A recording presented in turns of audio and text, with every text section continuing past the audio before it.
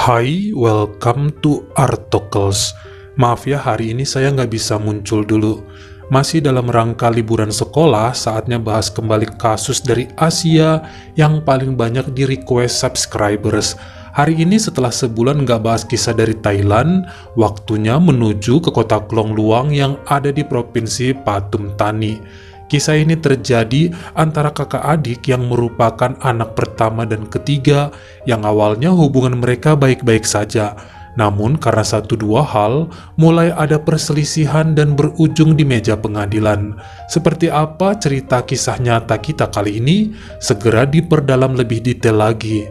Sebelum dilanjutkan, dukung dulu ya channel ini dengan mencet tombol subscribe dan juga dinyalain notifikasinya supaya lain kali kalau misalnya saya upload sesuatu yang seru, kamu jadi orang pertama yang tahu. Seperti biasa, dimulai dengan memperkenalkan tokoh utama dalam kasus ini, yaitu seorang wanita muda cantik yang lahir di kota Klong Luang, Thailand pada tahun 1995 bernama Kanjana Bunrueng. Gadis ini sangat ceria dan pintar secara akademis. Dia juga memiliki tubuh proporsional yang menjadi idaman kaum Adam. Kanjana merupakan anak ketiga dari 4 bersaudara. Kakaknya yang nomor 1 bernama Penchan dan bekerja pada sebuah agen perjalanan wisata yang ada di daerah Klong Nueng. Wanita ini lebih tua 5 tahun dibandingkan Kanjana. Sementara 2 saudara laki-laki lainnya tidak mau disebutkan nama juga dan sudah bekerja serta pindah ke kota Bangkok dengan kehidupan masing-masing.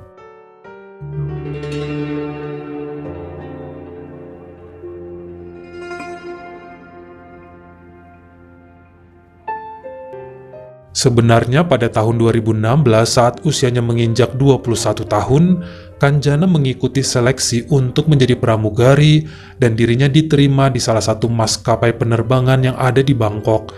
Makanya dia merantau ke kota itu dan melakukan banyak perjalanan serta liburan hampir keliling dunia. Tahun 2017 dia kenalan dengan seorang tentara berusia 24 tahun bernama Watanat Pridan dari sebuah aplikasi kencan. Kelihatannya hubungan mereka berlanjut dan keduanya pun menjalin kasih. Keseriusan ditunjukkan oleh Watanat walau mereka jarang bertemu karena pekerjaan masing-masing yang sama-sama menyita waktu serta harus bepergian jauh. Sampai kemudian tahun 2019, lelaki tersebut melamar pujaan hatinya dan ingin mengajak nikah. Tapi kelihatannya keraguan-raguan ditunjukkan sama Kanjana. Dia enggan mengenalkan kekasihnya itu pada keluarga, padahal mereka sudah pacaran 2 tahun lebih. Dipaksa sama Watanat untuk mempertemukan orang tua keduanya, namun tetap saja ditolak. Sampai pria itu kemudian mulai menyelidiki dari teman-teman Kanjana dan baru ketahuanlah selama ini gadis tersebut memiliki hubungan dengan beberapa pria lain yang berasal dari sejumlah negara yang dikunjunginya saat bertugas. Ada di Prancis, Inggris, dan Filipina. Inilah yang membuat Watanat sempat marah dan mengamuk di Bandara Internasional Don Muang kepada pacarnya itu. Ternyata jalinan kasih mereka hanya berat sebelah saja. Kanjana tidak serius kepada pria itu, padahal Watanat udah cerita kepada keluarganya tentang gadis yang akan segera dinikahi sama dia. Keributan mereka di bandara itu sempat melibatkan pihak berwajib. Sampai kemudian dengan ikhlasnya Watanat pergi meninggalkan pujaan hatinya itu, sementara Kanjana walau sempat dikasih surat peringatan oleh pihak maskapai tempatnya bekerja, namun tetap cuek dan gak peduli sama perasaan lelaki yang baik hati tersebut. Banyak yang bilang memang Kanjana suka mempermainkan hati pria dan bukan hanya Watanat yang menjadi objek sakit hatinya.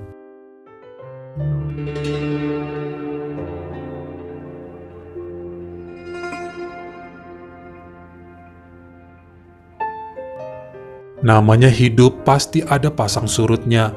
Begitu juga yang dialami sama Kanjana yang selama ini dengan pekerjaannya bisa keliling dunia dan berkenalan dengan pria-pria dari belahan bumi di mana dia singgah untuk ganti shift.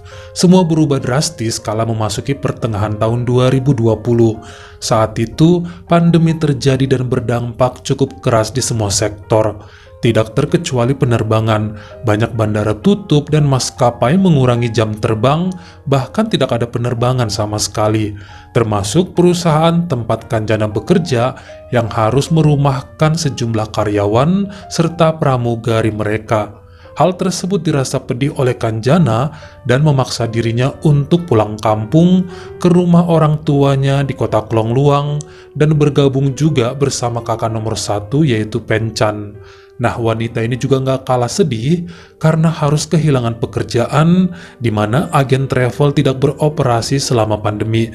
Ya, sama-sama deh dengan Kanjana, cuma di rumah aja sambil ngabisin tabungannya yang makin menipis. Mungkin Penchan lebih ironis ya, dia tuh memiliki tunangan bernama Sarawut Noi dan mereka berencana akan menikah pada bulan September 2020. Namun karena sang pria yang bekerja di rumah gadai juga mengalami pengurangan tenaga kerja, mereka harus mengundurkan resepsi nikahnya sampai waktu yang belum ditentukan.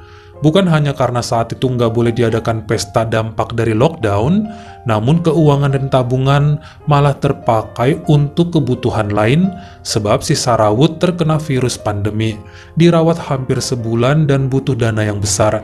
Ini yang bikin Penchan kesal dan malahan nyari-nyari pinjaman buat bantu tunangannya.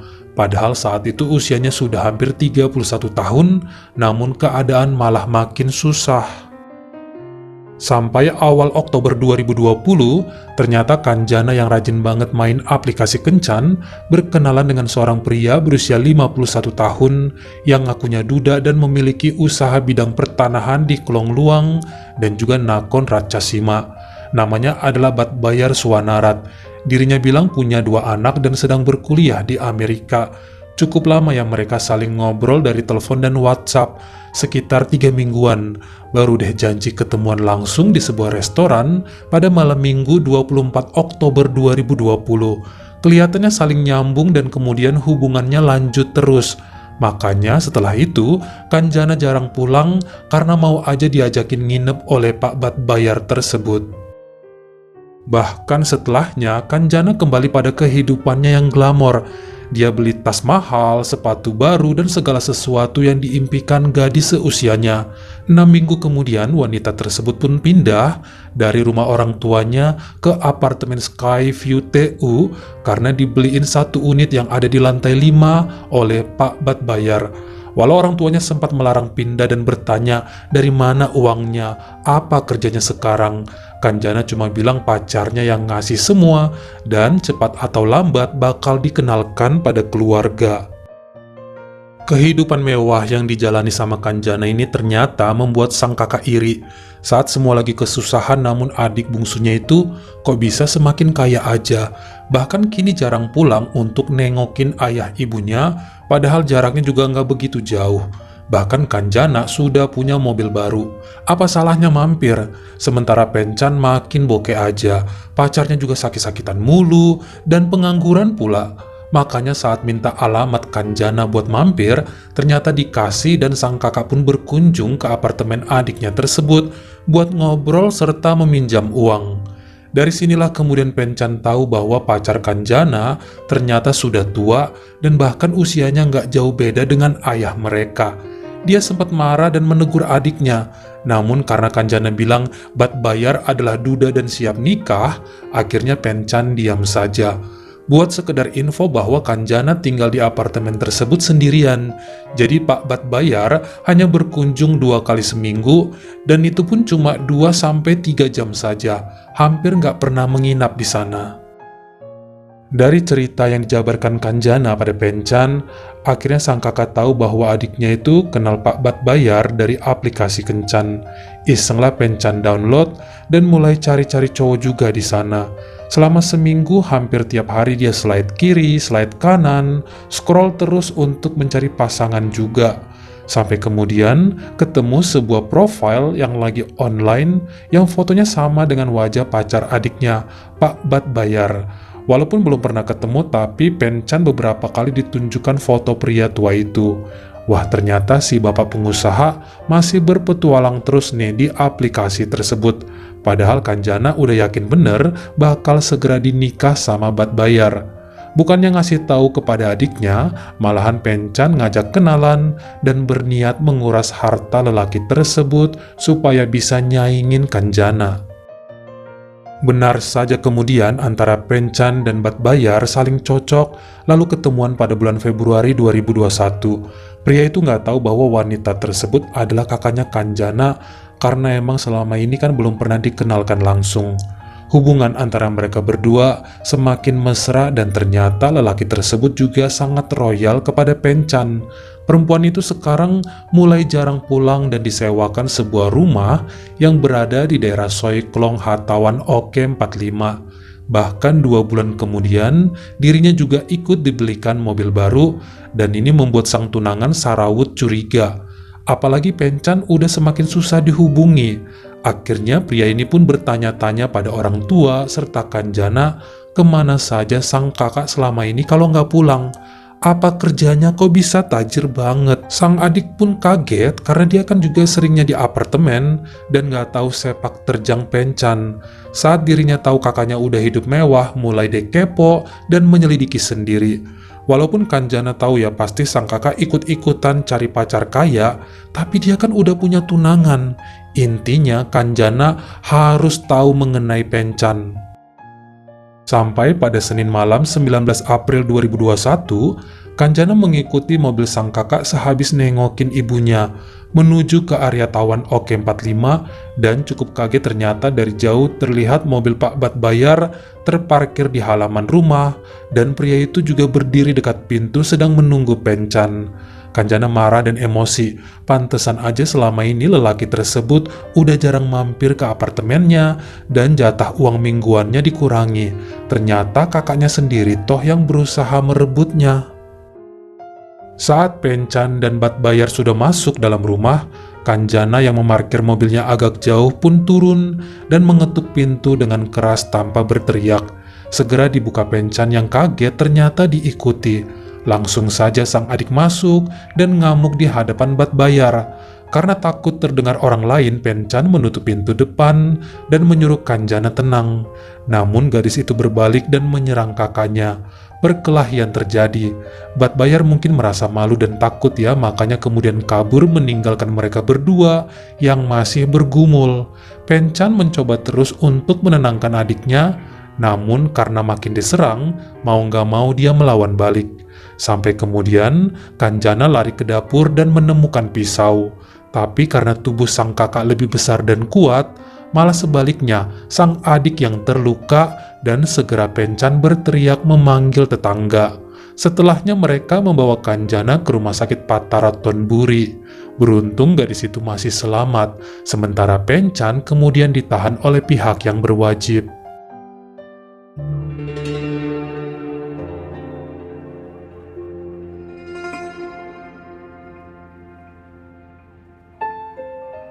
Setelah kejadian itu, sang kakak cukup menyesal dengan peristiwa ini.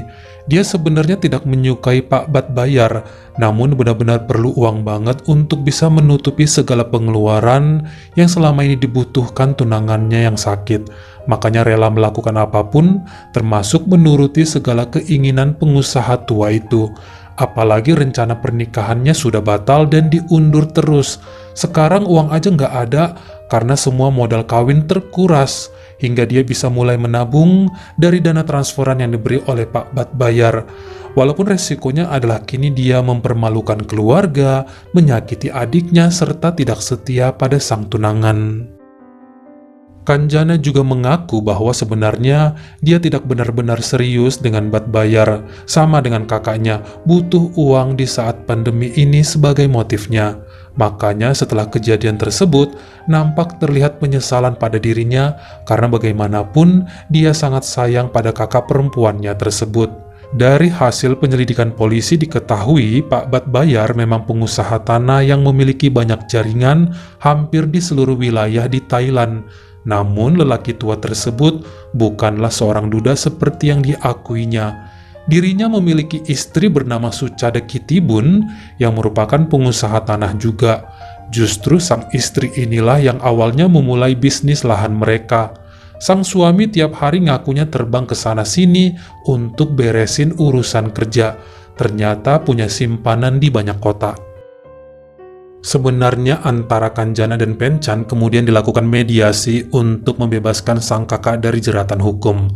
Namun pihak jaksa tetap membawa kasus ini ke meja pengadilan supaya memberikan efek jera kepada siapapun yang menyakiti orang lain. Pengacara Supak Ratanacan menganggap hal tersebut berlebihan, namun kemudian membela Penchan dengan mengatakan yang terjadi adalah sebuah pembelaan diri karena Kanjana yang mulai menyerang duluan. Bahkan saat sidang, malahan antara kakak adik tersebut saling bela dan melindungi di hadapan hakim di awal bulan Agustus 2021. Pihak keluarga juga memaksa persidangan dibatalkan karena nggak ada yang rela untuk dihukum penjara. Sampai pada pembacaan keputusan per hari Jumat 3 September 2021, akhirnya hakim mengumumkan bahwa sidang tersebut dihentikan dan membebaskan Penchan. Namun wanita tersebut diwajibkan membayar biaya pengadilan atas pembatalan sidang. Sementara setelahnya, pihak keluarga menuntut Bapak Batbayar atas penipuan status dan tindakan tercela yang dilakukan terhadap Kanjana dan kakaknya. Tapi laporan mereka ditolak karena menurut penyelidikan, apa yang diperbuat Kanjana dan Penchan adalah atas kemauan mereka sendiri dan dalam keadaan sadar. Justru mereka yang bisa dituntut balik karena memiliki motif uang saat berkenalan. Akhirnya Kanjana dan Penchan pun mundur serta pulang kembali ke rumah orang tuanya karena Ibu Sucada, istrinya Pak Batbayar bersama petugas kepolisian menarik rumah, apartemen, mobil dan segala pemberian suaminya dulu dari kedua wanita tersebut. Sementara Sarawut tetap menerima Penchan setelah kejadian ini dan akan tetap menikahi pujaan hatinya tersebut kalau tabungannya sudah terkumpul. Bagaimana menurut kamu, siapa yang paling salah dalam kasus kita kali ini? Sang adik, sang kakak, atau Pak Batbayar? Kamu komen di bawah. Dan kalau kamu suka sama video ini, jangan lupa ya klik like serta tombol share-nya. Buat yang baru pertama kali mampir atau udah sering mampir tapi belum berlangganan, jangan lupa klik dulu tombol subscribe dan juga dinyalain notifikasinya supaya lain kali kalau misalnya saya upload video baru, kamu jadi orang pertama yang tahu. Follow juga Instagram saya jika berkenan di Artokels S-nya 2 dan jangan lupa untuk nontonin semua video saya yang lainnya. Ingat ya, tetap jaga jari dan juga lidah kita supaya nggak nyakitin hati orang lain. Jaga kesehatan dan tetap berbuat baik. Terima kasih.